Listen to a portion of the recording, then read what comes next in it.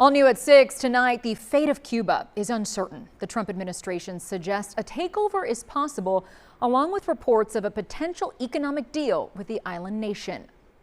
Good evening, I'm Lauren Pastrana. Thank you for joining us. CBS News Miami is committed to covering the crisis in Cuba. Maribel Rodriguez is your reporter live in Westchester. And Maribel, Cuban exiles living in South Florida say they want to see a regime change in Cuba, but not everyone is in agreement about how to go about it. Yeah, that's right, Lauren. As we all know, here in La Ventanita is where people gather to have their cafecito and talk about current events. But lately, for the past couple of days, the main topic of conversation has been the future of Cuba. And while most of the people that do gather here are Cuban Americans, they don't necessarily agree on the same thing. I'm really excited to see that I finally see a free Cuba in my lifetime. It's all the talk in the Cuban exile community after 67 years of possibility of a free Cuba.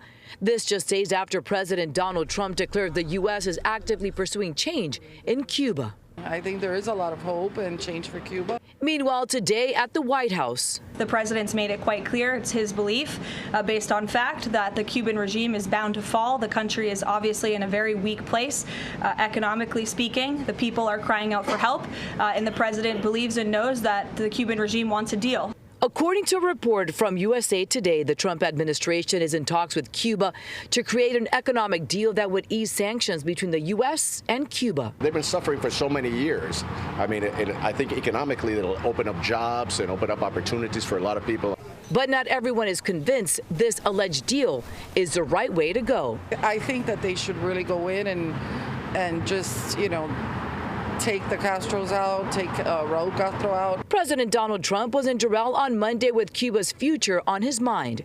It may be a friendly takeover. It may not be a friendly takeover. It wouldn't matter because they're down to, as they say, fumes. We spoke with Dr. Andy Gomez, professor of Cuban Studies for UM, for his take on the president's remarks. That's just a play on words.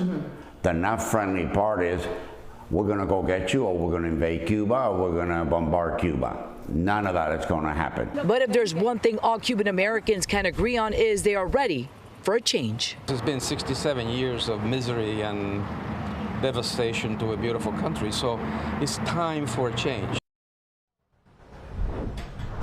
And there is a lot yet to be said about the future of Cuba. However, reports are that Secretary of State Marco Rubio has been in talks with Cuba to avoid a military confrontation. Of course, we'll always be staying on top of the Cuba story. We're live in Westchester. Maribel Rodriguez, CBS News, Miami.